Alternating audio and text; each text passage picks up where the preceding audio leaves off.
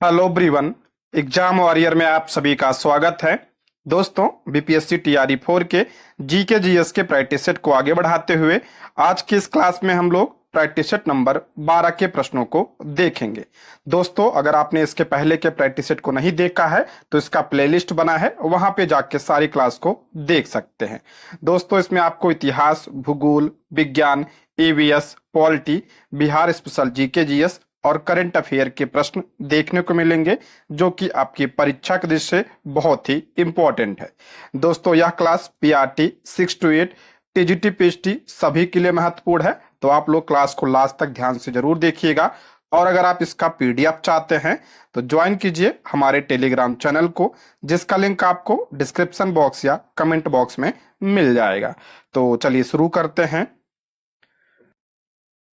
आज का पहला प्रश्न है, भारतीय स्वतंत्रता संग्राम के बारे में निम्नलिखित में से कौन सा कथन सही नहीं है।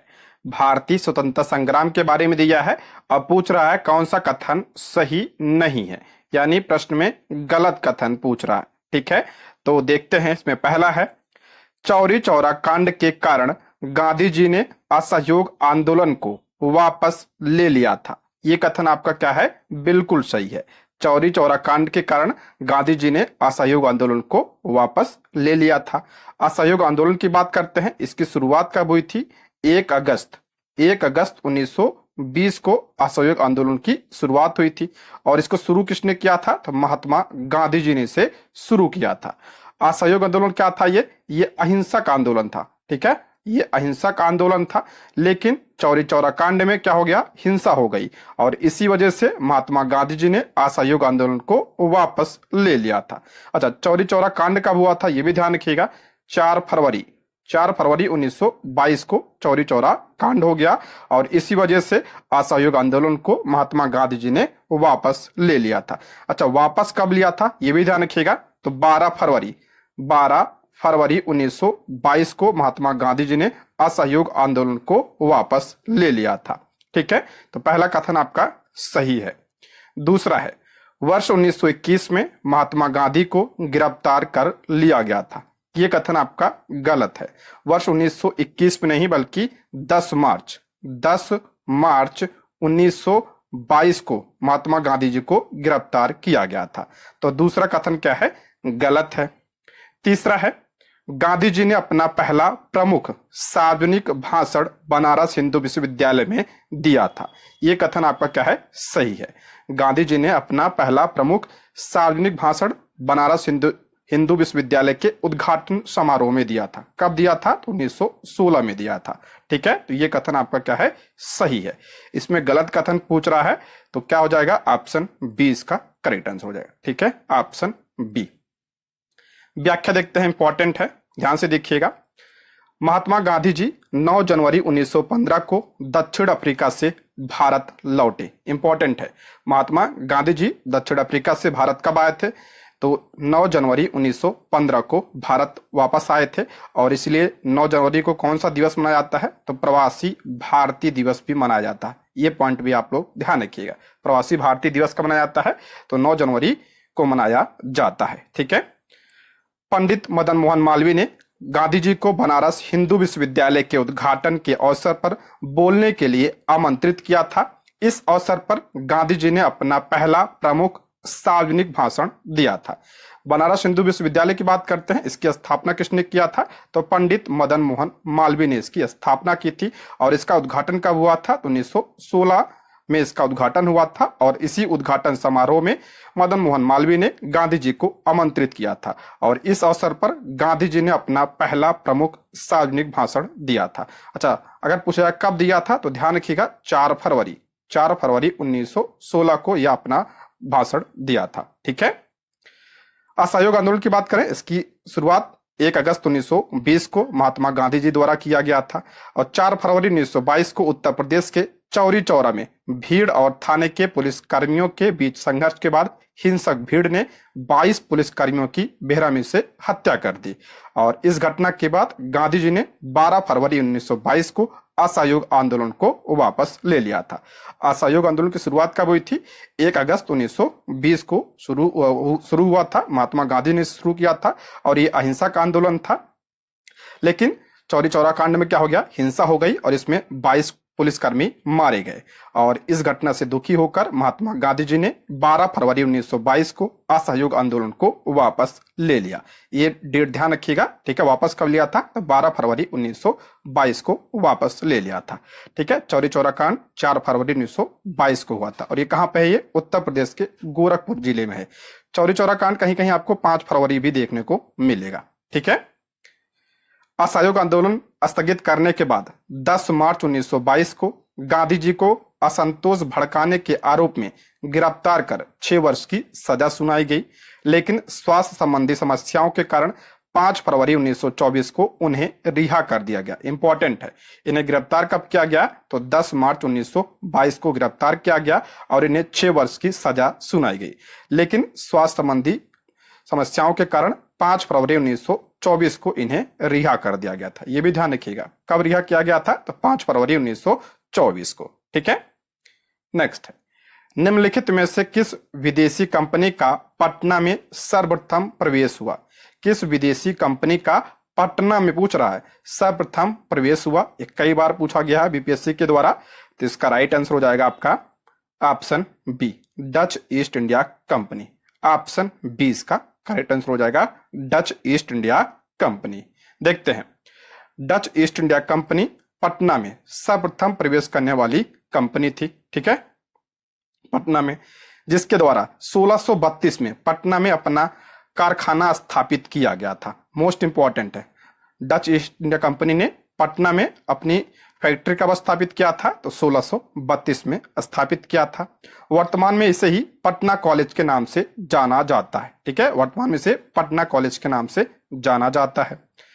पुर्तगाली सामंता बिहार में प्रवेश करने वाले पहले यूरोपीय थे। ध्यान रखिएगा, अगर बिहार में पूछा जाए कि बिहार में सबसे पहले कौन प्रवेश किया था? तो पुर्तगाली प्रवेश किए थे। लेकिन प्रश्न पूछा था पटना में किसने प्रवेश किया था सबसे पहले? तो डच ने किया था, ठीक है। भारत में यूरोपीय व्यापारी शक्तियों के आगमन का सही क्रम, ये भी इंपॉर्टेंट ध्यान रखिएगा। सबसे पहले कौन आया था? पुर्तगाली आए थे, फिर डच आए थे, फिर अंग्रेज आए थे, फिर डेनिश आए थे, फिर फ्रांसीसी आए थे। ये क्रम ध्यान रखिएगा, इंपॉर्टेंट है, ठीक है।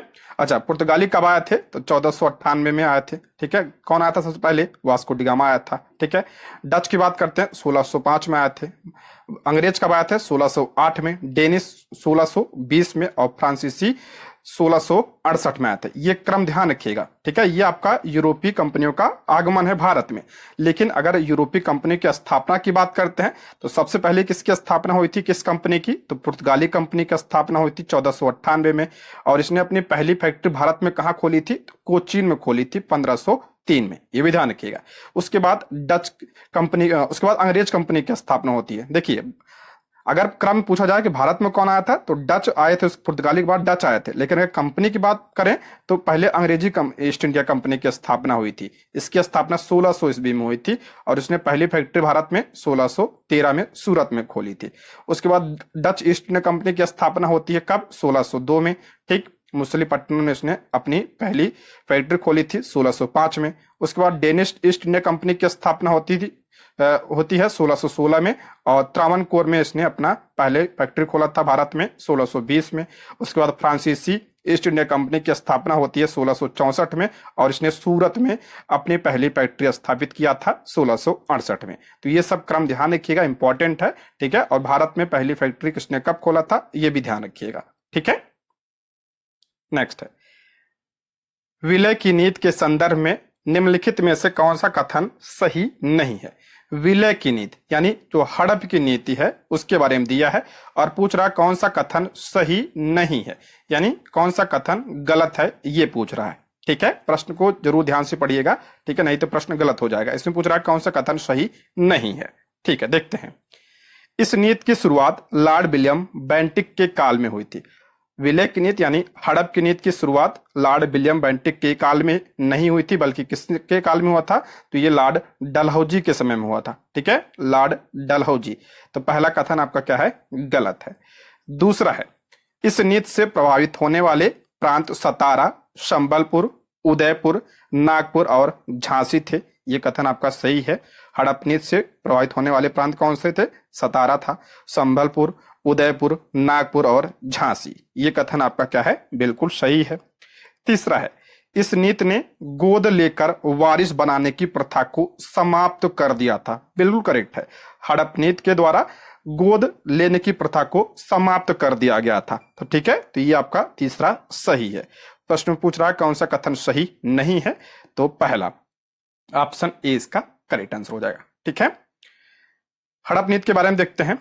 वर्ष 1848 से 1856 के बीच गवर्नर जनरल लॉर्ड डलहौजी के काल में अधिग्रहण की इस नीति यानी हड़प नीति की शुरुआत हुई थी। हड़प नीति को ध्यान रखिएगा, व्यापकता का सिद्धांत भी कहा जाता है, और इसे हड़प नीति भी कहा जाता है, और इसे विलय नीति भी कहा जाता है। और इसकी शुरुआत किसने किया था?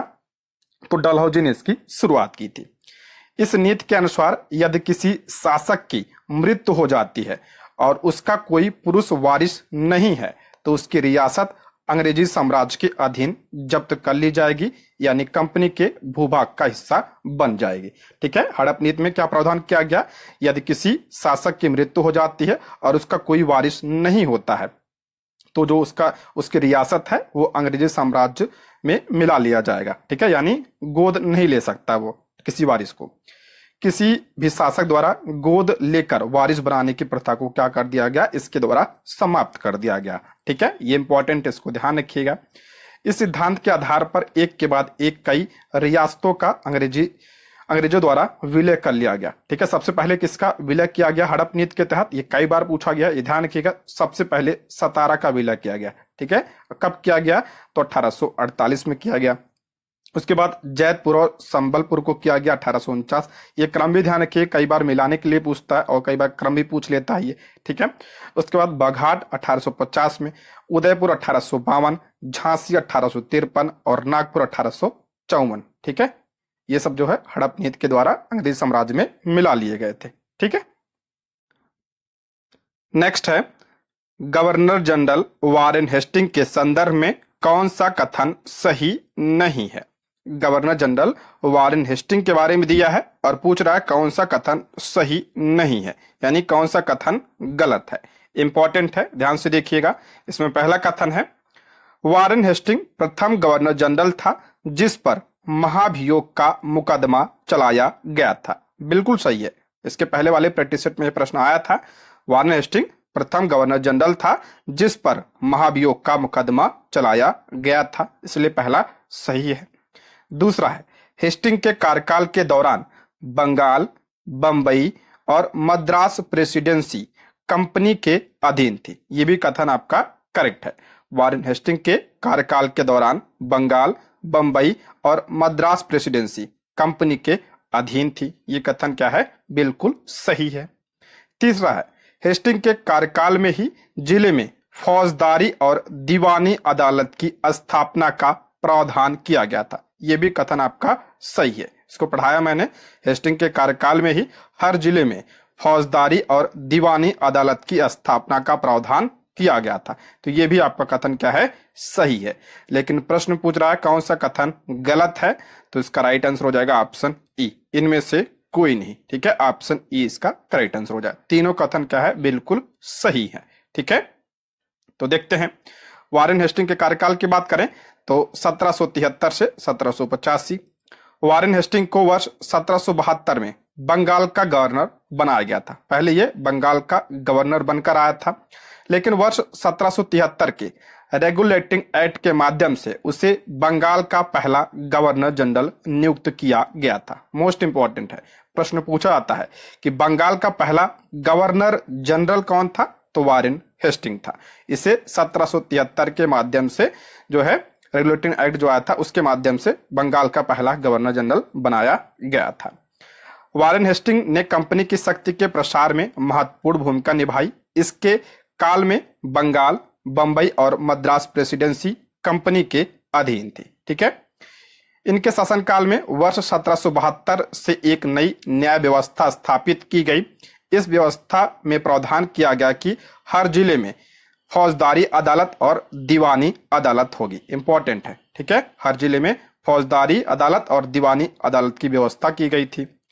भारत के गवर्नर जनरल के रूप में किए गए कृत्यों के लिए वारेन हेस्टिंग पर इंग्लैंड में महाभियोग लगाया गया था। और महाभियोग का नेतृत्व किसने किया था, ये पढ़ाया मैंने, इंपॉर्टेंट है ये। तो एडमंड बर्क ने किया था। ठीक है, किसने किया था, एडमंड बर्क ने किया था। ठीक है, ये सब ध्यान रखिएगा, यहां से कई सारे प्रश्न बनते हैं।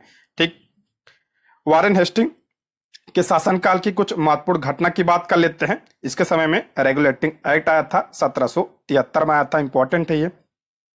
पिट्स इंडिया एक्ट 1784 आया था। वर्ष 1774 का रोहिला युद्ध इसके समय में हुआ था।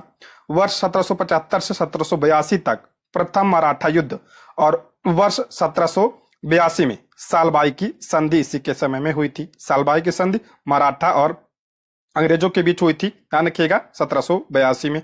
ठीक, और इसके समय और क्या हुआ था, 1780 से 1784 में दूसरा मैसूर युद्ध भी इसी के समय में हुआ था। ठीक है, नेक्स्ट है, निम्नलिखित में से कौन सा सही सुमेलित नहीं है। कौन सा सही सुमेलित नहीं है। एक तरफ आंदोलन दिया है, दूसरी तरफ प्रारंभ वर्ष दिया। ठीक है, पहला है मोपला विद्रोह। मोपला विद्रोह 1830 नहीं, मोपला विद्रोह जो है कब हुआ था, तो 1921 में इसकी शुरुआत हुई थी। ठीक है, तो पहला गलत है। दूसरा है पाइका विद्रोह या पाइक विद्रोह 1817, ये सही है। बघेरा विद्रोह 1818, ये भी आपका क्या है, करेक्ट है। इसमें कौन सा सम्मिलित नहीं है, तो ऑप्शन ए इसका करेक्ट आंसर हो जाएगा। ठीक है, ऑप्शन ए। देखते हैं इसके बारे में, इंपॉर्टेंट है। मोपला विद्रोह के बारे में सबसे पहले बात करते हैं। तो 20 अगस्त 1921 को केरल के दक्षिण मालाबार के तिरुरंगड़ी में शुरू हुआ था। ये कहां पे हुआ था, केरल में हुआ था। कब हुआ था, 20 अगस्त 1921 को हुआ था, और 4 महीने से ज्यादा समय तक यह चला था। इसे मोपला नरसंहार, मोपला दंगा, मापिला विद्रोह और मालाबार विद्रोह के नाम से भी इसे जाना जाता है। ठीक है, इसे मालाबार विद्रोह या मापिला विद्रोह या मोपला नरसंहार या मोपला दंगा के नाम से जाना जाता है। और ये कहां पे हुआ था, तो ये केरल में हुआ था। यह एक किसान आंदोलन था जिसका नेतृत्व मोपला समुदाय ने किया था। ये कैसा आंदोलन था, तो ये किसान आंदोलन था। ठीक है, और इसका नेतृत्व किसने किया था, तो मोपला समुदाय के लोगों ने इसका नेतृत्व किया था। इस विद्रोह में मोपलाओं ने ब्रिटिश और हिंदू जमींदारों के खिलाफ आंदोलन किया था। ये ध्यान रखिएगा, यह विद्रोह जो है ब्रिटिश यानी अंग्रेज और हिंदू जमींदारों के खिलाफ हुआ था। ठीक है, पाइका विद्रोह या पाइक विद्रोह की बात करते हैं तो 1817 में हुआ था। 1817 में ब्रिटिश ईस्ट इंडिया कंपनी की शोषणकारी नीतियों के विरुद्ध उड़ीसा में पाइका जात के लोगों द्वारा किया गया एक सशस्त्र, व्यापक आधार वाला और संगठित विद्रोह था। ये कहां पे हुआ था, तो ये उड़ीसा में हुआ था। ये ध्यान रखिएगा, कब हुआ था, 1817 में। पाइका विद्रोह के नेता बक्सी जगबंधु विद्याधर थे।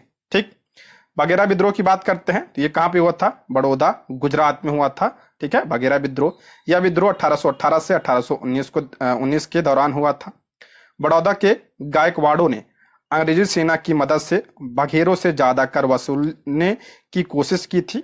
इस कोशिश के नतीजे में बघेरा सरदारों ने विद्रोह कर दिया था, और नवंबर 1820 में हुई शांति संधि के साथ यह विद्रोह समाप्त हुआ था। ठीक है, ये कहां पे हुआ था, तो गुजरात में होता बघेरा विद्रोह। ठीक, नेक्स्ट है, निम्नलिखित घटनाओं को उनके कालानुक्रम के अनुसार बढ़ते हुए क्रम में व्यवस्थित कीजिए। यानी कि बढ़ते हुए क्रम में पूछ रहा है। ठीक है, तो सती प्रथा का उन्मूलन कब हुआ था, तो 1829 में सती प्रथा का उन्मूलन हुआ था राजा राम मोहन राय के प्रयासों से। ठीक है, वुड डिस्पैच इंपॉर्टेंट है, ये कब आया था, तो 1854 में यह आया था, शिक्षा से संबंधित था ये। ठीक है, विधवा पुनर्विवाद नियम, विधवा पुनर्विवाद नियम कब आया था, तो ये 1856 में आया था।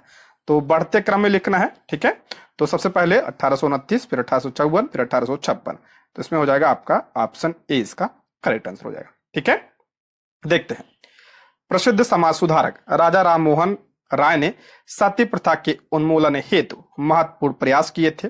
सती प्रथा का उन्मूलन वर्ष 1829 में तत्कालीन ब्रिटिश भारत के governor general Lord William Bentinck द्वारा रेगुलेशन पास करके किया गया था। ठीक है, इसको समाप्त कब किया गया था? 1829 में। और कौन समाप्त किया था इसे? तो लॉर्ड विलियम बेंटिक ने इसे समाप्त किया था। और किसके प्रयासों से? तो राजा राम मोहन राय के प्रयासों से इसे समाप्त किया गया था। इंपॉर्टेंट है ये। ठीक है, वुड डिस्पैच 1854 में ब्रिटिश ईस्ट इंडिया कंपनी के नियंत्रण बोर्ड के अध्यक्ष चार्ल्स वुड द्वारा लाया गया एक घोषणा पत्र था। इसे भारत में अंग्रेजी शिक्षा के प्रसार के लिए लाया गया था। इसे भारत में अंग्रेजी शिक्षा का मैग्ना कार्टा कहा जाता है। इंपॉर्टेंट है, इसे भारत में अंग्रेजी शिक्षा का मैग्ना कार्टा कहा जाता है। ठीक है, इंपॉर्टेंट है। कब आया था? 1854 में यह आया था। ठीक है, उसके बाद हिंदू विधवा पुनर्विवाह अधिनियम, ये कब आया था? 1856 में आया था। 1856 को 26 जुलाई 1856 को अधिनियमित किया गया था। ये इस अधिनियम को लॉर्ड डलहौजी द्वारा तैयार किया गया था, परंतु लॉर्ड कैनिंग द्वारा इसे पारित किया गया था। देखिए इंपॉर्टेंट है, ये पूछा जाता है। जो आपका हिंदू विधवा पुनर्विवाह अधिनियम था, ये 1856 में आया था। और इसे किसके द्वारा तैयार किया गया था? तो लॉर्ड डलहौजी ने इसे तैयार किया था। और इसे पारित किसने किया था? तो लॉर्ड कैनिंग ने इसे पारित किया था। इंपॉर्टेंट है ये। ठीक है, लॉर्ड कैनिंग की बात करते हैं तो ये भारत का पहला वायसराय भी था। नेक्स्ट है, किसके कार्यकाल के दौरान आईसीएस के लिए अधिकतम आयु 21 से घटाकर 19 कर दी गई थी? किसके कार्यकाल के दौरान आईसीएस यानी जो सिविल सेवा थी उसकी अधिकतम आयु 21 से घटाकर 19 वर्ष कर दी गई थी? तो इसका राइट आंसर हो जाएगा ऑप्शन ए, लॉर्ड लिटन ने कर दिया था इसे। ऑप्शन ए इसका करेक्ट आंसर हो जाएगा, लॉर्ड लिटन। देखिए, भारत में ब्रिटिश नौकरशाही ने सिविल सेवाओं में भारतीयों के प्रवेश का विरोध किया था। ठीक है, इसलिए भारतीयों को आईसीएस की परीक्षा के लिए प्रतिस्पर्धा करने से हतोत्साहित करने के लिए लॉर्ड लिटन ने पात्रता की अधिकतम आयु 21 से घटाकर कितना कर दिया था? तो 19 कर दिया था। पहले इसकी आयु 21 थी और लिटन ने इसे जो है इसमें भारतीय प्रवेश ना कर सके, इसलिए इसकी आयु 19 कर दी थी। इंपॉर्टेंट, इसको ध्यान रखिएगा। लॉर्ड लिटन के बारे में और हम बात करते हैं। इसके समय में और क्या हुआ था? वर्नाकुलर प्रेस एक्ट भी आया था। ठीक है, 1878 में वर्नाकुलर प्रेस एक्ट जो है लॉर्ड लिटन के कार्यकाल में ही आया था। ठीक, नेक्स्ट है, निम्नलिखित में से किनके मध्य और किस वर्ष सालबाई की संधि हस्ताक्षरित की गई थी? सालबाई की संधि अभी मैंने बताया था कब हुआ था ये? तो 1782 में यह हुआ था। किसके मध्य हुआ था? तो ब्रिटिश ईस्ट इंडिया कंपनी और मराठा साम्राज्य के मध्य यह हुआ था। तो पहला करेक्ट हो जाएगा इसमें। ठीक है, 1782 में यह हुआ था ईस्ट इंडिया कंपनी और मराठा साम्राज्य के बीच। सालबाई की संधि ब्रिटिश ईस्ट इंडिया कंपनी और मराठा के बीच 17 मई 1782 को हस्ताक्षरित की गई थी। ठीक है, 17 मई 1782। सालबाई कहाँ पे है? तो ये मध्य प्रदेश के ग्वालियर जिले में यह स्थित है। यह संधि ईस्ट इंडिया कंपनी, इसकी तरफ से कौन था? ईस्ट इंडिया कंपनी की तरफ से वारेन हेस्टिंग और महादजी सिंधिया के मध्य हस्ताक्षरित हुई थी। इस संधि के द्वारा प्रथम आंग्ल मराठा युद्ध जो 1775 से 1782 तक चला था को समाप्त किया गया था। ठीक है, प्रथम आंग्ल मराठा युद्ध जो है किस संधि से समाप्त हुई थी ये भी पूछा जाता है। तो सालबाई की संधि से यह समाप्त हुई थी 1782 में। ठीक है, नेक्स्ट है, रैयतवाड़ी व्यवस्था के संदर्भ में कौन सा कथन सही नहीं है? देखिए, रैयतवाड़ी व्यवस्था के बारे में दिया है, आप पूछ रहा है कौन सा कथन सही नहीं है, यानी गलत कथन पूछ रहा है इसमें। ठीक है, पहला है, इस व्यवस्था को टॉमस मुनरो द्वारा विकसित किया गया था। बिल्कुल करेक्ट है, रैयतवाड़ी व्यवस्था को टॉमस मुनरो द्वारा जो है विकसित किया गया था। ठीक है, इस व्यवस्था के अंतर्गत जमींदारों की भूमिका पहले से अधिक प्रभावी बन गई थी। नहीं, इस व्यवस्था के अंतर्गत जमींदारों की भूमिका नहीं बल्कि रैयतों यानी किसानों की भूमिका बढ़ गई थी इसमें। ठीक है, किसानों की भूमिका अधिक प्रभावी हो गई थी। ठीक, इस जो है इससे यहाँ पे इसे होगा, इससे मुख्य रूप से दक्षिण भारत में लागू किया गया था। ये सही है, इसे मुख्य रूप से दक्षिण भारत में लागू किया गया था। ये कथन आपका सही है। तो इसमें पूछ रहा है कौन सा कथन सही नहीं है?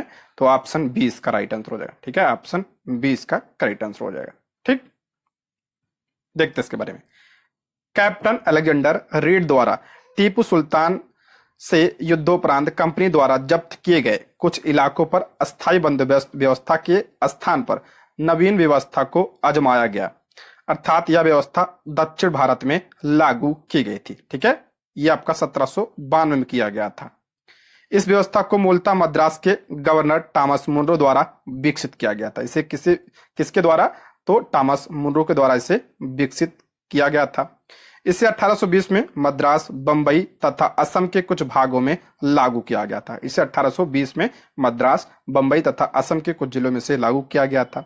इस व्यवस्था में कर एकत्रण के लिए जमींदार अथवा गांव के मुखिया जिम्मेदार नहीं थे, अपितु अंग्रेज किसानों यानी रैयतों से सीधे कर एकत्र करते थे।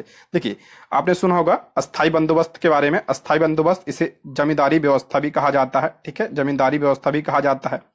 इसके स्थान पर क्या लाया गया? रैयतवाड़ी व्यवस्था लाया गया। अस्थाई बंदोबस्त में क्या होता है? इसमें जमींदार जो है कर लेते थे, फिर अंग्रेजों को देते थे। और रैयत में क्या कर दिया गया? इसमें डायरेक्ट जो है अंग्रेज जो है किसानों से कर एकत्र करते थे। ठीक है, इसमें जो है किसानों से डायरेक्ट कर लिया जाता था, इसलिए इसे रैयतवाड़ी कहा गया। ठीक, इस व्यवस्था के तहत किसानों को सीधे भूमि का मालिकाना हक प्रदान किया गया। ठीक है, इस व्यवस्था के द्वारा जो है किसानों को सीधे मालिकाना हक प्रदान किया गया था। इस व्यवस्था के तहत लगभग 51% भूमि आती थी। मोस्ट इंपॉर्टेंट है, ये पूछा जाता है कौन सी व्यवस्था जो है सर्वाधिक क्षेत्र पर लागू थी? तो रैयतवाड़ी व्यवस्था जो है सर्वाधिक क्षेत्र पर लागू थी। कितना? 51% भूमि पर यह लागू थी। और इसमें कर कौन देता था? तो डायरेक्ट किसान अंग्रेजों को कर देते थे। किसानों को रैयत कहा जाता था। ठीक है, नेक्स्ट है, किस चोल शासक ने सर्वप्रथम गंगैकोंड चोलपुरम को अपनी राजधानी बनाया? किस चोल शासक ने सर्वप्रथम गंगैकोंड चोलपुरम को अपनी राजधानी बनाया था? तो इसका राइट आंसर हो जाएगा ऑप्शन ए, राजराज प्रथम ने। ऑप्शन ए इसका राइट आंसर हो जाएगा, राजराज प्रथम। चोल शासक राजेंद्र प्रथम, सॉरी इसका होगा राजेंद्र प्रथम होगा। ठीक है, ऑप्शन सी इसका राइट आंसर हो जाएगा। राजेंद्र प्रथम ने सर्वप्रथम गंगैकोंड चोलपुरम को अपनी राजधानी बनाया था। Option C. चोल शासक राजेंद्र प्रथम ने सर्वप्रथम गंगैकोंड चोलपुरम को अपनी राजधानी बनाया था। राजेंद्र प्रथम ने पांड्य और चेर राजवंश का पूर्णतः उन्मूलन करके अपने साम्राज्य में मिला लिया था। इसकी सबसे महत्वपूर्ण विजय थी श्री विजय की विजय थी। इसकी सबसे महत्वपूर्ण विजय क्या थी? श्री विजय की विजय थी। इसने यहाँ के शासक संग्राम विजयोत्तुंग वर्मन को पराजित कर उस पर अपनी संप्रभुता स्थापित की थी। ये पॉइंट भी आप लोग ध्यान रखिएगा। नेक्स्ट है, बौद्ध ग्रंथ के संदर्भ में कौन सा सुमिलित है? बौद्ध ग्रंथ के बारे में दिया और पूछ रहा है कौन सा कथन सुमिलित है इसमें। ठीक है, एक तरफ बौद्ध ग्रंथ दिया है, दूसरी तरफ विषय दिया है। इंपॉर्टेंट है ये। देखिए, सुत्त पिटक, सुत्त पिटक ये बौद्ध धर्म है और इसमें इसका विषय क्या है? तो बुद्ध के उपदेशों का इसमें संग्रह है। बिल्कुल करेक्ट है। सुत्त पिटक में क्या है? बुद्ध के उपदेशों का संग्रह है। दूसरा है विनय पिटक, इसमें भिक्षुओं के लिए नियम है। ये भी आपका करेक्ट है। विनय पिटक में भिक्षुओं के लिए नियम है, ये सही है। अभिधम्म पिटक, तो ये आपका हो जाएगा बौद्ध धर्म के दर्शन और सिद्धांत, ये भी करेक्ट है। अभिधम्म पिटक में क्या है? तो बौद्ध धर्म के दर्शन और सिद्धांत के बारे में लिखा गया है, तो ये भी आपका क्या है? करेक्ट है। तो ऑप्शन डी इसका राइट आंसर हो जाएगा। उपयुक्त में से एक से अधिक, तीनों क्या है? सुमेलित है। ऑप्शन डी इसका राइट आंसर हो जाएगा। ठीक दोस्तों, यदि आप हमारे चैनल पर नए हैं तो प्लीज चैनल को सब्सक्राइब करें और अगर आपको वीडियो पसंद आती है तो लाइक, शेयर और कमेंट भी करें। आप लोग लाइक करते हैं, शेयर करते हैं, कमेंट करते हैं, इससे हमें मोटिवेशन मिलता है जिससे हम आप लोगों के लिए वीडियो को ला पाते हैं। तो आप लोग जरूर बताइएगा वीडियो कैसी लगी। ठीक है, और कोई सुझाव भी हो तो वो भी आप लोग कमेंट बॉक्स में बताइएगा। ठीक, देखते हैं नेक्स्ट। निम्नलिखित में से कौन सा युग्म सही सुमेलित नहीं है? कौन सा युग्म पूछ रहा है? सही सुमेलित नहीं है पूछ रहा है। एक तरफ मंदिर दिया है, दूसरी तरफ राजवंश दिया है। देखते हैं। कंदरिया महादेव का मंदिर, इसका निर्माण चंदेल ने करवाया था। बिल्कुल करेक्ट है। कंदरिया महादेव मंदिर का निर्माण चंदेलों ने कराया था, सही है। एलोरा का कैलाश मंदिर का निर्माण चालुक्य, नहीं, इसका निर्माण किसने करवाया था? तो राष्ट्रकूटों ने करवाया था। ठीक है, तो ये आपका गलत है। तीसरा, एलिफेंटा का गुफा का निर्माण राष्ट्रकूट, ये सही है। तो पूछ रहा कौन सा सुमिलित नहीं है? तो ऑप्शन क्या हो जाएगा? 20 का राइट आंसर हो जाएगा। एलोरा के कैलाश मंदिर का निर्माण किसने करवाया था? तो राष्ट्रकूट वंश के राजा कृष्ण प्रथम ने इसका निर्माण करवाया था। ठीक है, कृष्ण प्रथम ने। नेक्स्ट है, निम्नलिखित में से सत्य कथन का चयन कीजिए। सत्य कथन इसमें पूछ रहा है कौन सा है? देखते हैं। पहला है, 1857 के विद्रोह ने अंग्रेजों और भारतीयों के बीच एक प्रकार की अस्थाई कड़वाहट और संदेह पैदा कर दिया। ये कथन आपका क्या है, बिल्कुल सही है। 1857 के विद्रोह ने अंग्रेजों और भारतीयों के बीच कड़वाहट पैदा कर दिया था, ये करेक्ट है आपका। ठीक है, दूसरा है एवो ह्यूम 1885 में कांग्रेस के पहले अध्यक्ष निर्वाचित हुए थे, ये कथन आपका गलत है। आप सभी को पता है कांग्रेस के पहले अध्यक्ष कौन थे, तो डब्ल्यू.सी. बनर्जी। डब्ल्यू.सी. बनर्जी कांग्रेस के पहले अध्यक्ष थे। ठीक है, एओ ह्यूम की बात करें तो ये कांग्रेस के पहले क्या थे, तो ये कांग्रेस के पहले महासचिव थे। ठीक, कांग्रेस की स्थापना 1885 में हुई थी, सभी को पता होगा। तो ये कथन आपका क्या है, गलत है।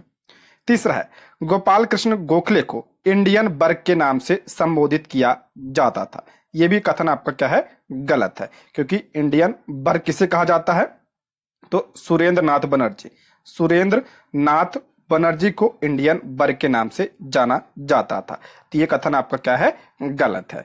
तो इसका राइट आंसर हो जाएगा ऑप्शन ए, इसका करेक्ट आंसर हो जाएगा। ठीक है, नेक्स्ट है निम्नलिखित संगठनों को उनके स्थापना के सही क्रम के अनुसार व्यवस्थित करें। देखते हैं, संगठन के बारे में दिया है, स्थापना वर्ष पूछा है। देखिए, इंडियन लीग की स्थापना कब हुई थी, 1875 में इसकी स्थापना होती। इंडियन लीग की शिशिर कुमार घोष ने इसकी स्थापना की थी। बॉम्बे एसोसिएशन की स्थापना 1852 में हुई थी, दादा भाई नौरोजी ने इसकी स्थापना किया था। इंडियन एसोसिएशन की स्थापना कब हुई थी, 1876 में इसकी स्थापना हुई थी, सुरेंद्र नाथ बनर्जी ने किया था। और मद्रास महाजन सभा की स्थापना कब हुई थी, 1884 में इसकी स्थापना हुई थी। तो सबसे पहले किस संगठन की स्थापना, तो बॉम्बे एसोसिएशन की स्थापना सबसे पहले हुई, यानी तीसरा पहला होगा। उसके बाद आपका इंडियन लीग होगा, उसके बाद इंडियन एसोसिएशन, फिर लास्ट में आपका मद्रास महाजन सभा। तो इसका राइट आंसर हो जाएगा ऑप्शन बी, इसका करेक्ट आंसर हो जाएगा। ठीक है, देखिए बॉम्बे एसोसिएशन का स्थापना 1852 में दादा भाई नौरोजी ने किया था। इंडियन लीग 1875 शिशिर कुमार घोष ने इसकी स्थापना किया था। इंडियन एसोसिएशन यानी भारत संघ की स्थापना 1876 में सुरेंद्र बनर्जी ने किया था। मद्रास महाजन सभा की स्थापना 1884 में एम बी राघवाचार्य, ठीक है, जी सुब्रमण्यम अय्यर और पी आनंद चार्लू ने इसकी स्थापना की थी।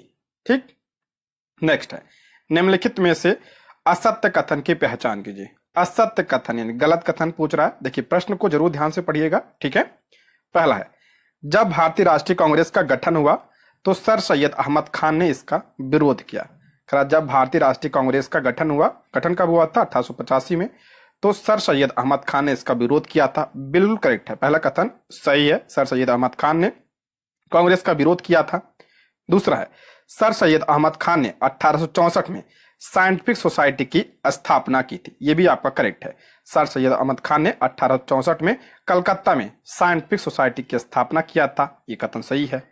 तीसरा है सर सैयद अहमद खान ने सर सैयद अहमद खान के मुख्य पत्रिका तहजीब उल अखलाक थी, यह भी कथन करेक्ट है। सर सैयद अहमद खान की पत्रिका कौन सी है, तो तहजीब उल अखलाक। ठीक है, ये आपका सही है। तो इसमें पूछ रहा असत्य कथन यानी गलत कथन, तो कोई भी गलत नहीं है, इसलिए ऑप्शन ई इसका राइट आंसर हो जाएगा। इनमें से कोई नहीं, ऑप्शन ई। देखते हैं सर सैयद अहमद खान वह बनारस के राजा शिव प्रसाद सिंह, इन्हें सितारे हिंद के नाम से भी जाना जाता है, शिव प्रसाद सिंह को, ने कांग्रेस की स्थापना के विरोध में यूनाइटेड इंडियन पेट्रियोटिक संगठन की स्थापना की। सर सैयद अहमद खान और बनारस के राजा शिव प्रसाद सिंह ने कांग्रेस की स्थापना के विरोध में यूनाइटेड इंडियन पैट्रियाटिक संगठन की स्थापना किया था, ये पॉइंट ध्यान रखिएगा। कांग्रेस वास्तव में हथियारों के बिना गृह युद्ध है। कांग्रेस वास्तव में हथियारों के बिना गृह युद्ध है, यह किसने कहा था कांग्रेस के बारे में, तो सर सैयद अहमद खान ने यह कहा था। यह कथन भी आप लोग ध्यान रखिएगा, कथन के माध्यम से पूछा जा सकता है। ठीक है, 1864 में कोलकाता में सर सैयद अहमद खान द्वारा साइंटिफिक सोसाइटी की स्थापना की थी। ठीक है, साइंटिफिक सोसाइटी की स्थापना कोलकाता में 1864 में सर सैयद अहमद खान ने किया था। इन्होंने 1875 में मोहम्मडन एंग्लो ओरिएंटल स्कूल की स्थापना अलीगढ़ में की, जो 1820 में अलीगढ़ मुस्लिम विश्वविद्यालय में परिवर्तित हो गया। मोस्ट इंपॉर्टेंट है, 1875 में इन्होंने मोहम्मडन एंग्लो ओरिएंटल स्कूल की स्थापना किया, कहां पे, अलीगढ़ में किया, और यही 1820 में अलीगढ़ मुस्लिम विश्वविद्यालय में परिवर्तित हो गया। ठीक है, इनकी पत्रिका कौन सी है, तो तहजीब उल अखलाक यानी सभ्यता और नैतिकता इनकी पत्रिका है, ये भी ध्यान रखिएगा। यहां से कई सारे प्रश्न बनते हैं, तो ध्यान रखिएगा। नेक्स्ट है निम्नलिखित में से किस वर्ष में बिहार और उड़ीसा अलग प्रांत बना? करा किस वर्ष में बिहार और उड़ीसा पूछ रहा है, अलग प्रांत बना? तो इसका राइट आंसर हो जाएगा 1 अप्रैल 1936। ऑप्शन ए इसका राइट आंसर हो जाएगा 1 अप्रैल 1936। ध्यान रखिएगा, यहाँ पे उड़ीसा की बात हो रही है। उड़ीसा अलग प्रांत कब बना था? तो 1 अप्रैल 1936। ऑप्शन ए इसका राइट आंसर हो जाएगा। देखिए दोनों डेट ध्यान रखिएगा, एक 22 मार्च का, एक 1 अप्रैल। देखिए 22 मार्च 1912 को बिहार और उड़ीसा दोनों डिवीजनों को बंगाल प्रेसिडेंसी से अलग करके बिहार उड़ीसा प्रांत बनाया गया था। देखिए अगर पूछा जाए बिहार और उड़ीसा को बंगाल प्रेसिडेंसी से कब अलग किया गया था, तो 22 मार्च 1912 को अलग किया गया था। 22 मार्च 1912 को इसे पृथक किया गया था, इसलिए 22 मार्च को बिहार स्थापना दिवस के रूप में भी मनाया जाता है। मोस्ट इंपॉर्टेंट है, ये पूछा भी गया है। और 1 अप्रैल 1936 को बिहार और उड़ीसा भारत सरकार अधिनियम 1935 से अलग प्रांत बन गए थे। ठीक है, और उड़ीसा कब अलग हुआ था? 1 अप्रैल 1936 को अलग हुआ था। ठीक है, नेक्स्ट है म्यांमार के साथ भारत के किन राज्यों की सीमाएं मिलती हैं? म्यांमार के साथ पूछ रहा है भारत की किन राज्यों की सीमाएं मिलती हैं। म्यांमार देखिए यहाँ पे है मैप में कौन कौन से राज्य सीमा लगाते हैं, तो अरुणाचल प्रदेश हो गया आपका, नागालैंड, मणिपुर और मिजोरम। ये 4 राज्य जो हैं भारतीय राज्य, ये म्यांमार से सीमा बनाते हैं। अरुणाचल प्रदेश, नागालैंड, मणिपुर और मिजोरम। तो ऑप्शन ए इसका 20 का राइट आंसर हो जाएगा। ठीक है, ऑप्शन 20 का करेक्ट आंसर हो जाएगा। नेक्स्ट है निम्नलिखित में से कौन सा समुद्री जैव विविधता के दृष्टिकोण से दुनिया का सबसे समृद्ध क्षेत्र है, जिसमें ज्वार नदमुख, समुद्र तट, निकटवर्ती पर्यावरण के जंगल, समुद्री घास, प्रवाल भित्तियां, नमक दलदल और मैंग्रोव के साथ 21 द्वीप शामिल है। इंपॉर्टेंट है, ये पूछा गया है बीपीएससी के द्वारा। पूछ रहा है कौन सा समुद्री जैव विविधता के दृष्टिकोण से दुनिया का सबसे समृद्ध क्षेत्र है, जिसमें ज्वार नदमुख भी है यानी ईश्वरी है, समुद्र तट है, निकटवर्ती पर्यावरण के जंगल है, समुद्री घास है, प्रवाल भित्तियां भी हैं, नमक दलदल और मैंग्रोव वन के साथ 21 द्वीप भी शामिल है। तो कौन सा हो जाएगा आपका? ऑप्शन 20 का राइट आंसर हो जाएगा मन्नार की खाड़ी biosphere reserve. Option B Mannar की खाड़ी बायोस्फीयर रिजर्व। देखिए कहां पे है मैप में, देखिए यहाँ पे आपका क्या है, मन्नार की खाड़ी है, और ये आपका कहाँ पे, ये आपका तमिलनाडु है, इधर आपका श्रीलंका है। तो इनके बीच में आपका क्या है, मन्नार की खाड़ी है। इसको भी आप लोग ध्यान रखिएगा। ठीक है, नेक्स्ट है भारत में निम्नलिखित में से कौन सी नदी घाटी कोयले के भंडारों से समृद्ध है? भारत में निम्नलिखित में से कौन सी नदी घाटी कोयले के भंडारों के लिए समृद्ध है? मोस्ट इंपॉर्टेंट है, कोयले के भंडार के लिए कौन सी नदी घाटी? तो महानदी घाटी, ये भी करेक्ट है, दामोदर घाटी भी सही है, सोन नदी घाटी ये भी करेक्ट है। तो ऑप्शन डी राइट आंसर हो जाएगा उपयुक्त में से एक से अधिक, ऑप्शन डी। देखिए भारत में 80% कोयला कौन सा, किस प्रकार का कोयला पाया जाता है भारत में? तो बिटुमिनस प्रकार का कोयला पाया जाता है। भारत का सबसे महत्वपूर्ण गोंडवाना कोयला क्षेत्र दामोदर घाटी में स्थित है। देश का लगभग 90% से अधिक कोयला भंडार दामोदर, सोन, महानदी और गोदावरी घाटियों में पाई जाती है। ठीक, नेक्स्ट है अखबारी कागज उद्योग निम्न में से किस स्थान पर अवस्थित है? अखबारी कागज उद्योग ये कहां पे अवस्थित है? तो ये नेपा नगर में स्थित है। ठीक है, नेपा नगर, ऑप्शन सी इसका राइट आंसर हो जाएगा। और ये नेपा लिमिटेड देश में प्रथम अखबारी कागज का कारखाना है। इसकी स्थापना ध्यान रखिएगा 1956 में इसकी स्थापना हुई थी। ठीक है, और नेपा नगर कहां पे है? ये तो बुरहानपुर मध्य प्रदेश में यह स्थित है, इसको भी ध्यान रखिएगा। नेक्स्ट है मिलान करना है दोस्तों, ये सब प्रश्न मैंने एनसीईआरटी से लिया है। ठीक है, इसलिए इंपॉर्टेंट है आपके लिए। मिलान करना है सूची 1 को सूची 2 से। देखते हैं, सूची 1 में घास भूमि दिया है और दूसरी सूची में देश दिया है। ठीक, इंपॉर्टेंट है ये। देखते हैं लानोज कहां पाया जाता है, ये किस देश में? तो वेनेजुएला में। प्रेरित घास के मैदान ये संयुक्त राष्ट्र अमेरिका। पंपास कहां पाया जाता है? तो पंपास अर्जेंटीना में। और डाउन्स कहां पे? तो ऑस्ट्रेलिया में आप पाया जाता है। तो आपका इसमें हो जाएगा पहले का दूसरा, उसके बाद प्रेरी तीसरा। ठीक है, बी का आपका तीसरा हो जाएगा, और सी का चौथा, और डी का आपका पहला। तो ऑप्शन डी इसका राइट आंसर हो जाएगा। ठीक है, देखिए कुछ प्रसिद्ध घास के मैदान के बारे में देखते हैं। तो लानोस, तो ये ध्यान रखिएगा ये उष्णकटिबंधीय घास के मैदान, कभी कभी पूछा जाता है कि कौन सा उष्णकटिबंधीय है, कौन सा शीतोष्णकटिबंधीय है। तो ध्यान रखिएगा लानोज आपका उष्णकटिबंधीय घास के मैदान है, तो ये वेनेजुएला एवं कोलंबिया में पाया जाता है। सवाना आपका अफ्रीका में पाया जाता है, ये भी आपका उष्णकटिबंधीय है। कंपोश है, तो ये आपका ब्राजील, उष्णकटिबंधीय, ठीक है। प्रेरी घास के मैदान, ये ध्यान रखिएगा शीतोष्णकटिबंधीय घास के मैदान है और ये संयुक्त राज्य अमेरिका व कनाडा में है। पंपास कहाँ पे, अर्जेंटीना में, तो ये शीतोष्ण घास के मैदान है। डाउन्स ऑस्ट्रेलिया में, ये भी आपका शीतोष्ण है। विल्ड दक्षिण अफ्रीका में, ये भी शीतोष्ण है। स्टेपी यूरोप एवं उत्तरी एशिया में, ये आपका क्या है, शीतोष्णकटिबंधीय घास के मैदान है। इंपॉर्टेंट है ये सब मैदान। देखिए यहाँ पे मैप में देखिएगा, ये देखिए आप प्रेरीज है, उत्तरी अमेरिका में ये आपका प्रेरीज, फिर लानोस यहाँ पे आपका वेनेजुएला और कोलंबिया में पाया जाता है।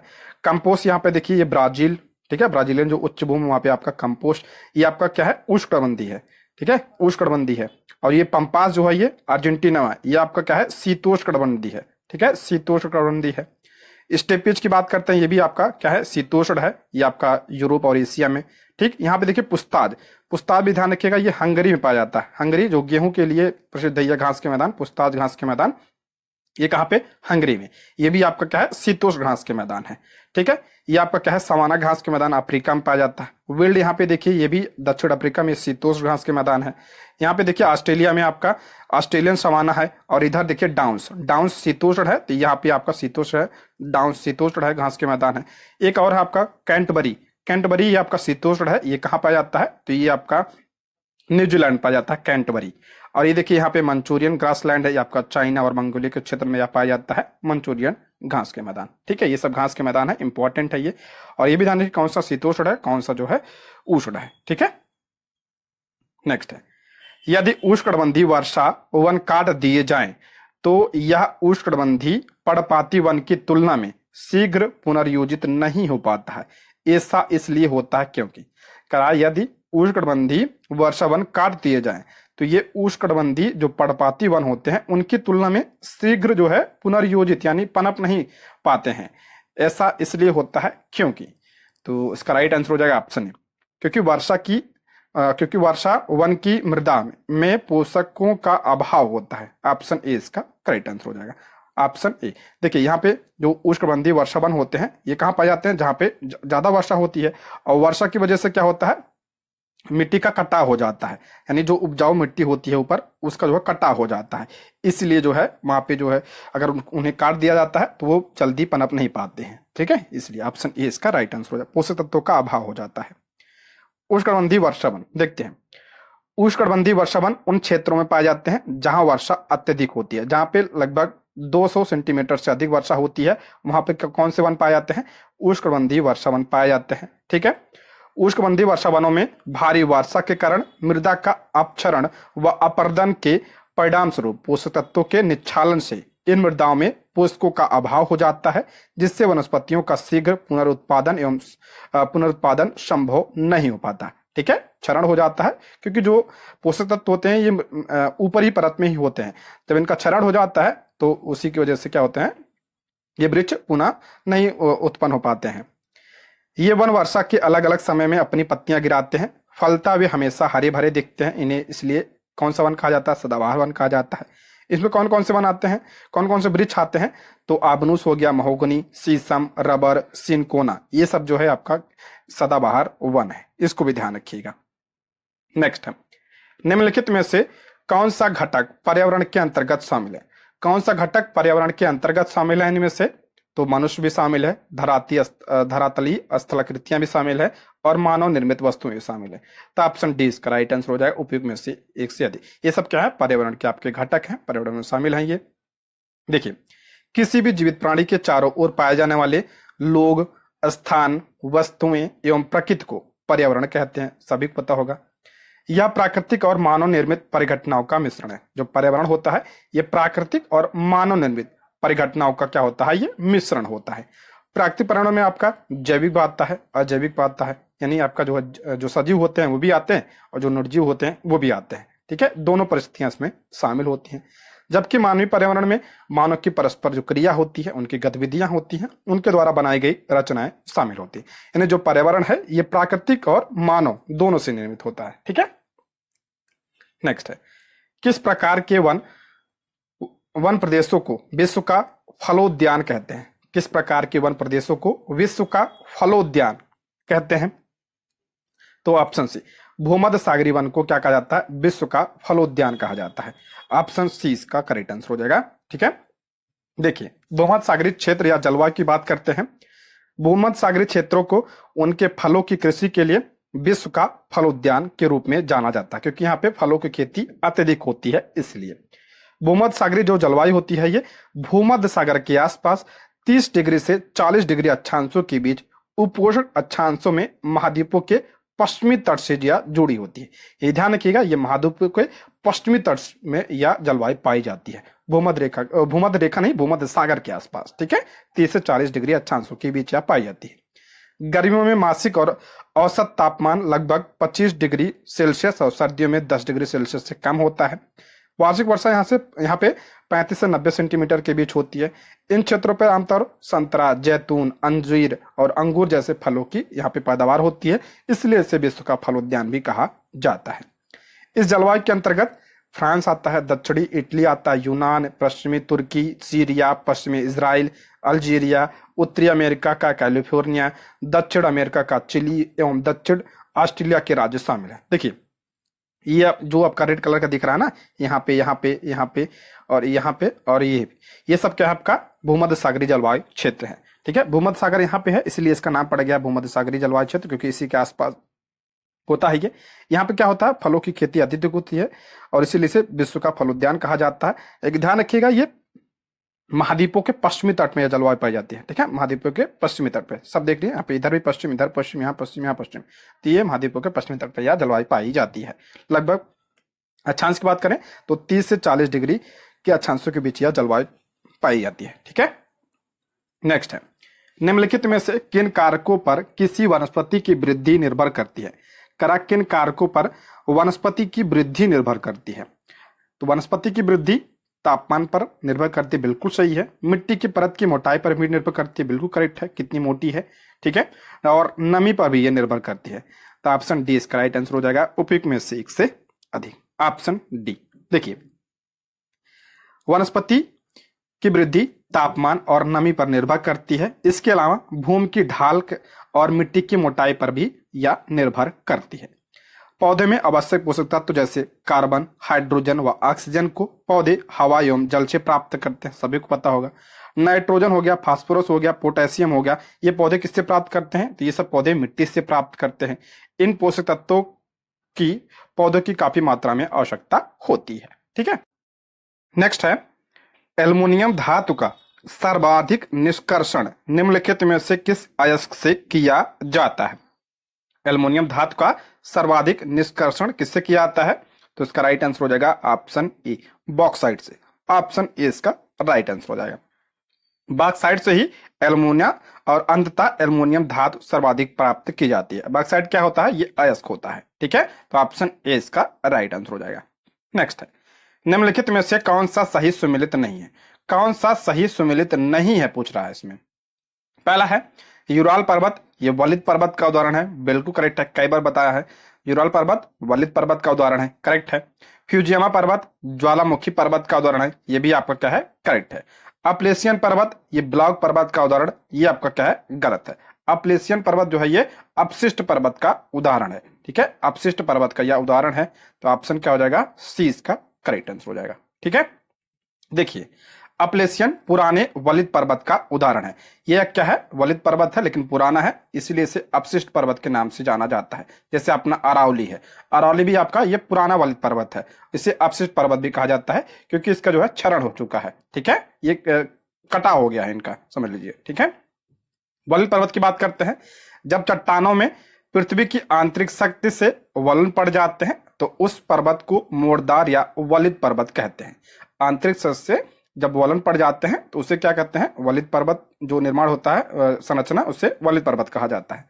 जैसे आपका हिमालय हो गया, अल्पाइन हो गया, ठीक है, रॉकीज हो गया, एटलस हो गया, ये सब वलित पर्वत के उदाहरण है। ठीक है, ब्रह्मस्रोत पर्वत या इसे ब्लॉक पर्वत के नाम से भी जाना जाता है क्योंकि इसका निर्माण दरार या भ्रंश के कारण होता है। इनका आकार मेज के समान होता है। जैसे आपका सतपुड़ा हो गया भारत में, वासजेस ब्लैक फॉरेस्ट जर्मनी में, साल्ट रेंज पर्वत और सीरा नेवादा, ये सब जो है ब्लॉक पर्वत के उदाहरण है।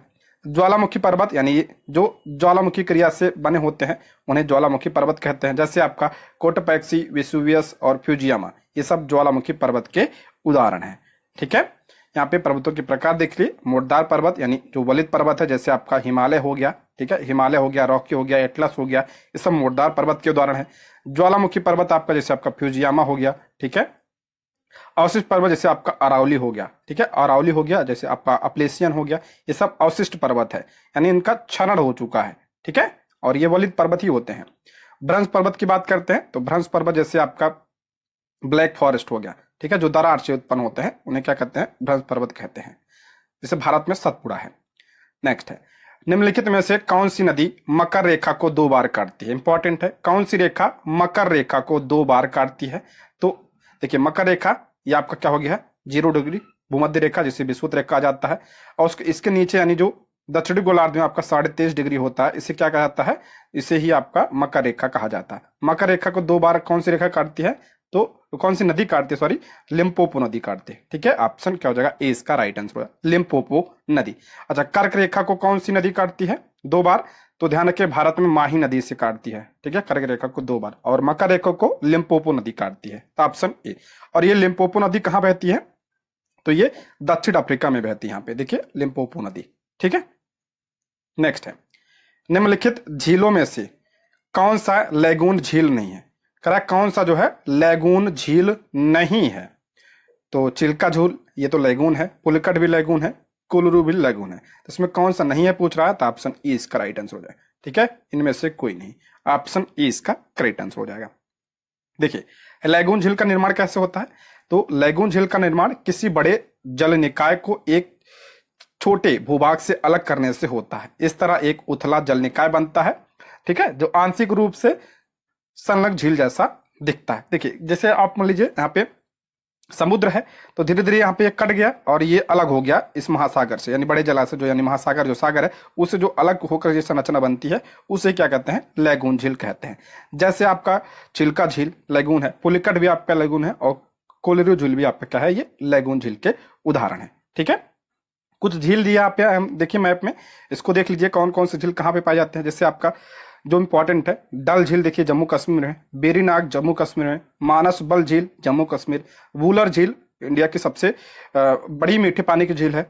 उसके बाद नागिन झील जम्मू कश्मीर, शेषनाग झील जम्मू कश्मीर में, अनंतनाग झील, ये सब क्या है, जम्मू कश्मीर की झील है, मोस्ट इंपॉर्टेंट है ये, ठीक है। उत्तराखंड में आपका नैनीताल झील, खुरपाताल झील, सातताल झील, कंकाल झील, ठीक है, ये सब कहाँ पे है, उत्तराखंड में है। राजस्थान में सांभर झील है आपका, ठीक है, डिडवाना झील इंपॉर्टेंट है, राजसमंद झील, पिछौला झील, जयसमंद झील और फतेह सागर झील, ये सब कहाँ पे, राजस्थान में है। महाराष्ट्र में आपका लोनार झील है, ठीक है, पोई झील भी आपका महाराष्ट्र में है, और बेलांदूर झील कर्नाटक में है, बेमनार झील केरल में, अष्टमुडी केरल में, और बेलियानी झील ये केरल में है, ठीक है। हुसैन सागर झील तेलंगाना में इंपॉर्टेंट है। कोलरू झील अभी मैंने बताया आंध्र प्रदेश में है। चिल्का झील ये आपका उड़ीसा में है, ठीक है। लोकटक झील मणिपुर में है। गुरु डोमर झील सिक्किम में है। पुलकर झील ये तमिलनाडु और आंध्र प्रदेश की सीमा पे है, और अंसुप्पा झील ये तमिलनाडु में है। तो ये सब झीलें आप लोग ध्यान रखिएगा, इंपॉर्टेंट है। और जो चिल्का झील है ये खारे पानी की सबसे बड़ी झील है, ठीक है, खारे पानी की सबसे बड़ी झील है। और बुलर झील ये मीठे पानी की सबसे बड़ी झील है भारत में, ठीक है। नेक्स्ट है, निम्नलिखित युगों में से कौन सा सही सुमेलित नहीं है?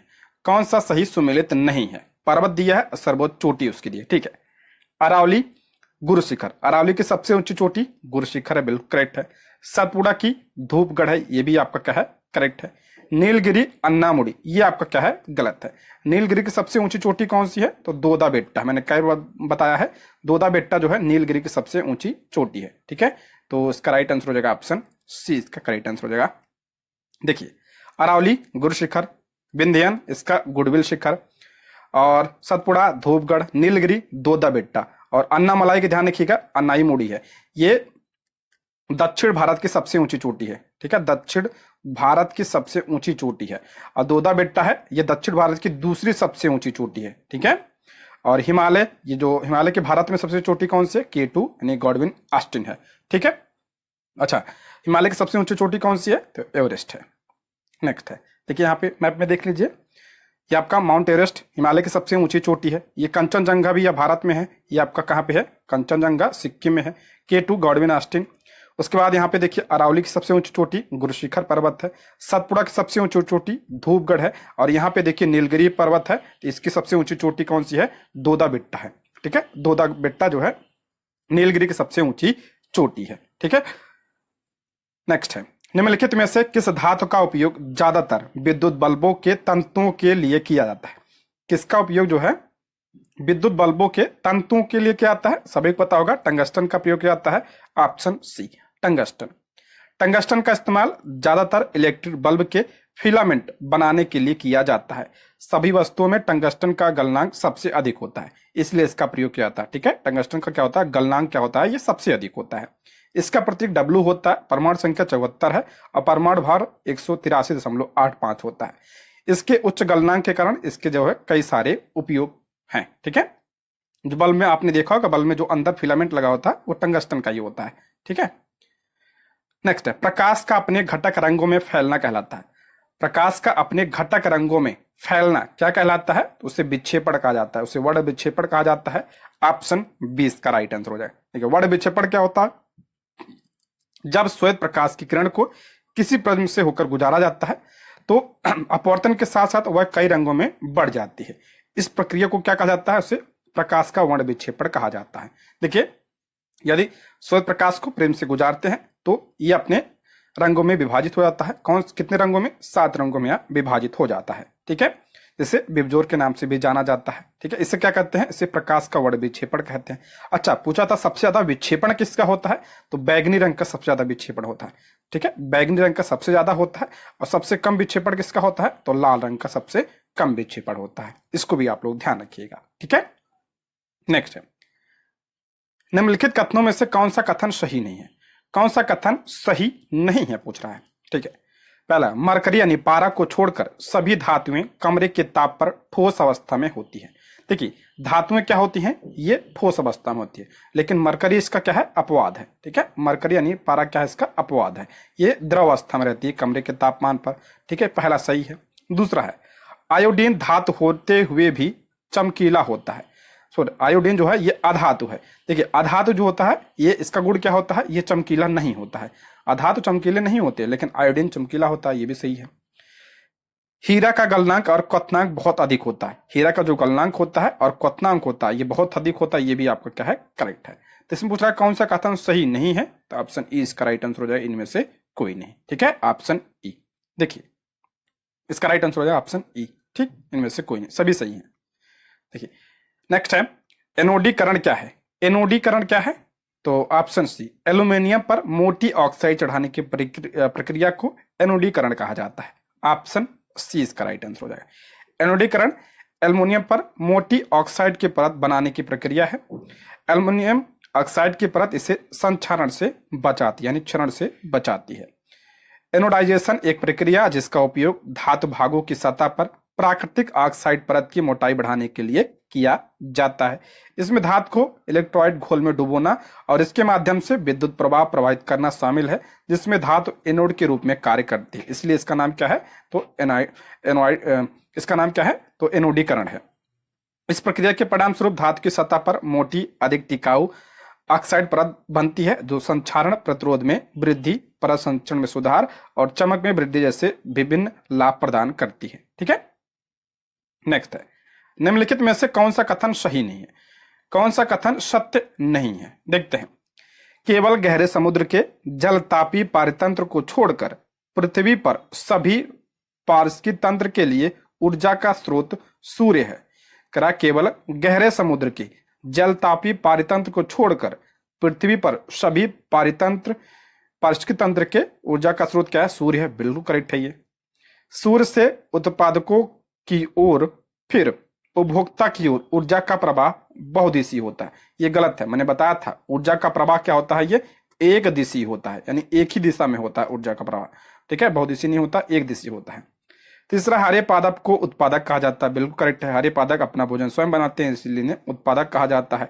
इससे पूछ रहा कौन सा कथन सही नहीं है, तो ऑप्शन बी इसका राइट आंसर, बी सही नहीं है। ठीक है, देखिए, कुछ पारितंत्र जैसे कि गहरे समुद्र के ज्वालामुखी सूर्य की ऊर्जा पर निर्भर नहीं करते हैं। इस पारिस्थितिक तंत्रों में समान रसायन ऊर्जा ज्वालामुखी के विस्फोटों से निकलती है, जो जियोथर्मल विंड्स के माध्यम से समुद्र तल तक पहुंचती है।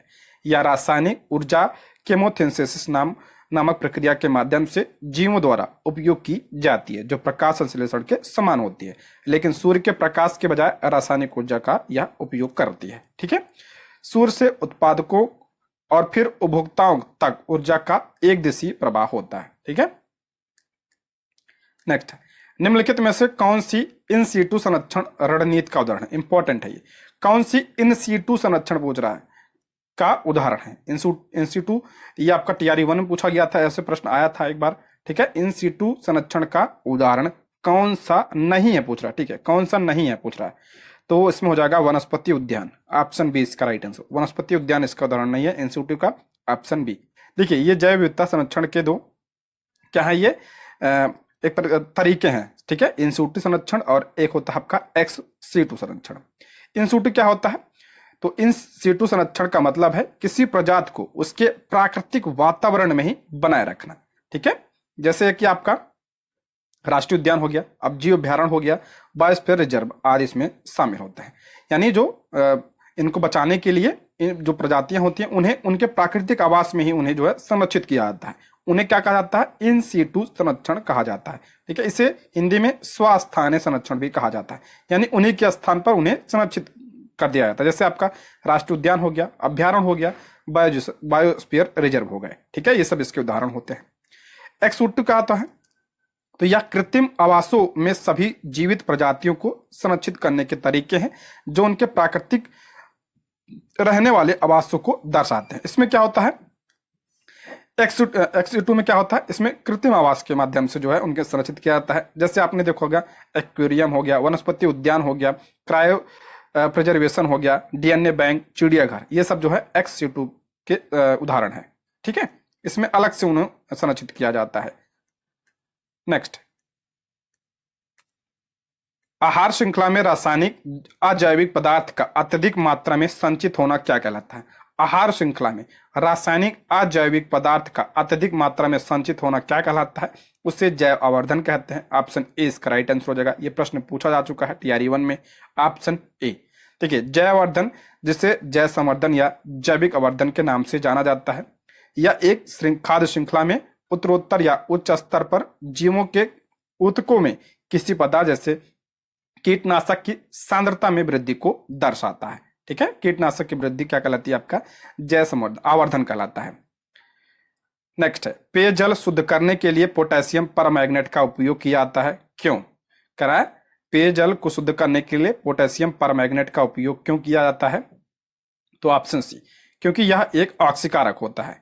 ऑप्शन सी इसका करेक्ट आंसर हो जाएगा। पोटेशियम परमैंगनेट एक शक्तिशाली ऑक्सीकरण एजेंट होता है जो पानी में मौजूद बैक्टीरिया, वायरस और प्रोटोजोआ को यह मारता है या उन सूक्ष्म जीवों को नष्ट कर देता है जो बीमारियों का कारण बन सकते हैं, इसीलिए इसका प्रयोग किया जाता है।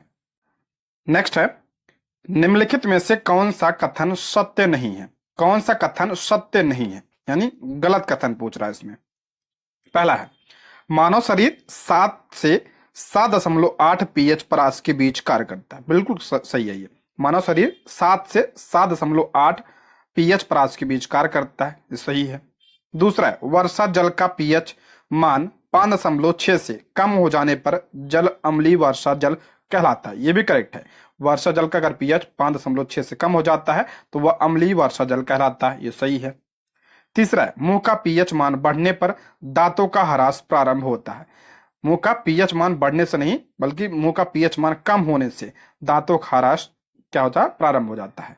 तो ये आपका ये गलत है। ठीक है, इसमें गलत ही पूछ रहा है, तो ऑप्शन सी इसका राइट आंसर हो जाएगा। आप सभी को पता है, यदि पीएच मान क्या होता है? 7 होता है तो उदासीन होता है, 7 से ज्यादा हो जाता है तो क्षारीय हो जाता है। ठीक है, और 7 से कम हो जाता है तो क्या होता है? ये अम्लीय होता है। ठीक है, तो जब मुंह का पीएच 5.5 से घट जाता है तो दांतों का क्षय क्या हो जाता है? प्रारंभ हो जाता है। ठीक है, अगर पीएच 5.5 से घट जाता है तो दांतों का क्षय प्रारंभ हो जाता है, यानी जब अम्लीय हो जाता है तब। दांतों का इनेमल जो होता है ये कैल्शियम फास्फेट से बना होता है, मोस्ट इंपॉर्टेंट है। दांतों का इनेमल ये कैल्शियम फास्फेट से बना होता है, और ये जो इनेमल होता है ये शरीर का सबसे कठोर पदार्थ होता है, ये भी पूछा जाता है। शरीर का सबसे कठोर पदार्थ ये दांतों का इनेमल होता है। यह जल में नहीं घुलता है, लेकिन मुंह का पीएच अगर 5.5 से कम हो जाता है तो ये संक्षारित हो जाता है, यानी इसका क्षरण होने लगता है। मुंह में उपस्थित बैक्टीरिया भोजन के पश्चात मुंह में अवशिष्ट शर्करा एवं खाद्य पदार्थों का निम्नीकरण करके अम्ल उत्पन्न करते हैं। मुंह की सफाई के लिए क्षार की दंत मंजन का उपयोग करने से अम्ल की अधिक मात्रा से दंत क्षय को रोका जा सकता है। आप सभी को पता है, यदि जो है अम्ल होता है ज्यादा हो जाता है तो उसमें क्षार मिला लेते हैं, तो क्षार को कंट्रोल दो, तब क्या बनता है आपका उदासीन हो जाता है। ठीक है, ये उदासीन होता है। तो यानी यदि मुंह में अगर अम्ल आ गया तो उसमें हम कौन सा मंजन करेंगे, तो क्षार करेंगे। ठीक है, तो वो नॉर्मल हो जाएगा, इसको ध्यान रखिएगा, इसलिए क्षार की दंत मंजन किया जाता है। नेक्स्ट मिलान करना है, एक तरफ अम्ल का नाम दिया, दूसरी तरफ पदार्थ का नाम जिसमें वह पाया जाता है। इंपॉर्टेंट है ये। पहला है फार्मिक अम्ल, सभी को पता है चींटी के डंक में पाया जाता है, इसे मेथोनोइक अम्ल भी कहा जाता है। ठीक है, कैल्शियम हाइड्रोक्साइड चूने का पानी, टार्ट्रिक अम्ल इमली और अंगूर में पाया जाता है, और सोडियम हाइड्रोक्साइड ये साबुन। ठीक है, तो इसका राइट आंसर हो जाएगा ऑप्शन ए, इसका करेक्ट आंसर हो जाएगा। नेक्स्ट है श्वसन निम्नलिखित में से कौन सी अभिक्रिया है। श्वसन जो है ये कौन सी अभिक्रिया है पूछ रहा है, तो श्वसन ध्यान रखिएगा ये ऊष्माक्षेपी अभिक्रिया है, ऑप्शन बी ऊष्माक्षेपी अभिक्रिया है श्वसन। देखिए ऊष्माक्षेपी अभिक्रिया क्या होता है, इसमें क्या होता है ऊष्मा निकलती है। ठीक है, उसमें ऊष्मा निकलती है, श्वसन में क्या होता है ऊष्मा निकलती है, इसलिए इसे ऊष्माक्षेपी अभिक्रिया कहा जाता है। जो अगर ऊष्मा शोषी की बात करते हैं तो इसमें क्या होता है ऊष्मा का अवशोषण होता है। ठीक है, इसमें ऊष्मा का अवशोषण होता है, जैसे आपका प्रकाश संश्लेषण हो गया, प्रकाश संश्लेषण, इसमें यह कैसे अभिक्रिया है प्रकाश संश्लेषण, तो ये ऊष्मा शोषी अभिक्रिया है, दोनों ध्यान रखिएगा। ठीक है, नेक्स्ट है मानव शरीर में सबसे बड़ी ग्रंथि कौन सी है। मानव शरीर की सबसे बड़ी ग्रंथि कौन सी है, यकृत है, सभी पता होगा, ऑप्शन ए इसका करेक्ट आंसर हो जाए। यकृत या लिवर मानव शरीर की सबसे बड़ी ग्रंथि होती है। ठीक है, नेक्स्ट है यह कौन तय करता है कि कोई विधेयक धन विधेयक है या नहीं। इंपॉर्टेंट है, यह कौन तय करता है कि कोई विधेयक धन विधेयक है या नहीं, तो ये कौन करता है, तो लोकसभा अध्यक्ष करता है। ठीक है, ऑप्शन सी लोकसभा अध्यक्ष। देखिए एक धन विधेयक आमतौर पर करों, उधार और धन के व्यय, लेखा परीक्षक और लेखा समेकित और आकस्मिक निधि आदि से संबंधित मुद्दों से संबंधित होता है धन विधेयक। ठीक है, धन विधेयक केवल राष्ट्रपति की पूर्व सिफारिश से ही लोकसभा में पेश किया जा सकता है। इंपॉर्टेंट है, जो धन विधेयक होता है ध्यान रखिएगा, राष्ट्रपति की पूर्व सिफारिश पर इसे पेश किया जाता है, और कहां पे पेश किया जाता है, तो केवल लोकसभा में इसे पेश किया जा सकता है। मोस्ट इंपॉर्टेंट है ये। लोकसभा के अध्यक्ष के पास यह निर्धारित करने का अंतिम अधिकार है कि कोई विधेयक धन विधेयक है या नहीं, जैसा कि अनुच्छेद 110(3) में यह कहा गया है। मोस्ट इंपॉर्टेंट है, इसको आप लोग ध्यान रखिएगा। ठीक है, ध्यान रखिएगा धन विधेयक पर संयुक्त बैठक नहीं बुलाया जा सकता है। ठीक है, नेक्स्ट है भारत के संविधान का कौन सा अनुच्छेद संसद के संयुक्त सत्र से संबंधित है। संयुक्त सत्र से संबंधित कौन सा अनुच्छेद है, तो अनुच्छेद 108 है, ऑप्शन 20 का राइट आंसर हो जाएगा 108। भारतीय संविधान के अनुच्छेद 108 में दोनों सदनों की संयुक्त बैठक का प्रावधान है। अच्छा, ये जो संयुक्त बैठक है बुलाता कौन है, तो ये राष्ट्रपति के द्वारा बुलाया जाता है। इंपॉर्टेंट है, या राष्ट्रपति के द्वारा बुलाया जाता है, लेकिन ध्यान रखिएगा इसकी अध्यक्षता कौन करता है, तो लोकसभा अध्यक्ष इसकी अध्यक्षता करता है। अगर लोकसभा अध्यक्ष नहीं हो तो कौन करता है, लोकसभा के उपाध्यक्ष करते हैं। अगर उपाध्यक्ष भी नहीं हो तो जो राज्यसभा के उपाध्यक्ष है उनके द्वारा इसकी अध्यक्षता की जाती है। ठीक है, ध्यान रखिएगा संविधान संशोधन विधेयक, जो संविधान संशोधन विधेयक होता है उस पर संयुक्त बैठक नहीं बुलाया जा सकता है, और धन विधेयक पर भी संयुक्त बैठक नहीं बुलाया जा सकता है। ठीक है, नेक्स्ट है वित्त आयोग का गठन डैश के द्वारा होता है।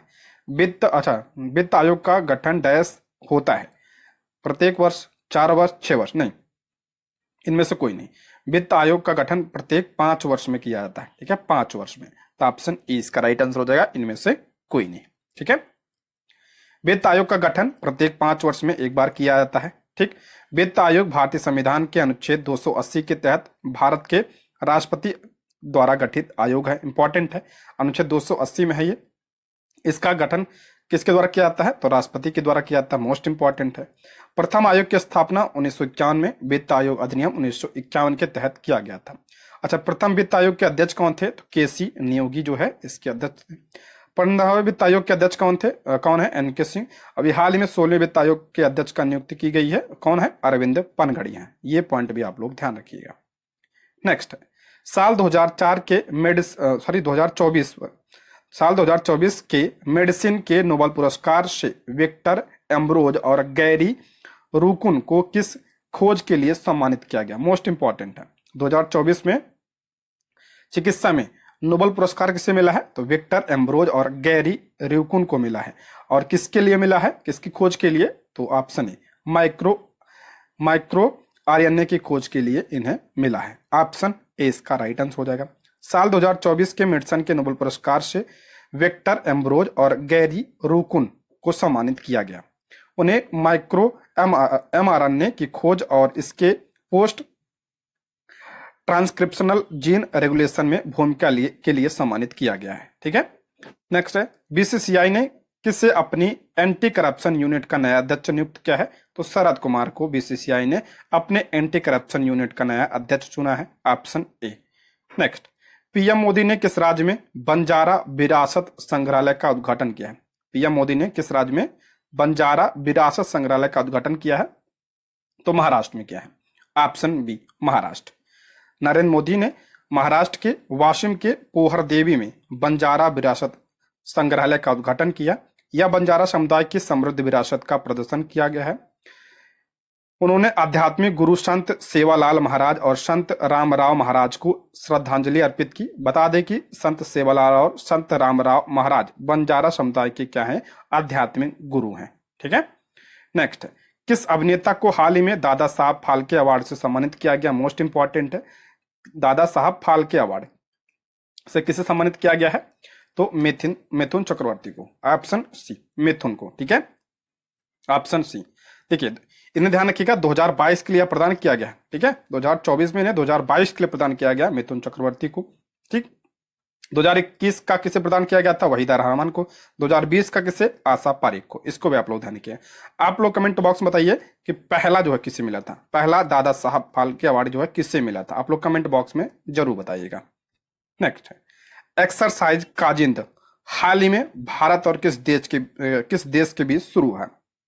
काजिंद नाम से ही कंफर्म है, कजाकिस्तान। ठीक है, ऑप्शन 20 का राइट आंसर हो जाएगा। भारत और कजाकिस्तान के बीच यह युद्धाभ्यास होता है। Option B.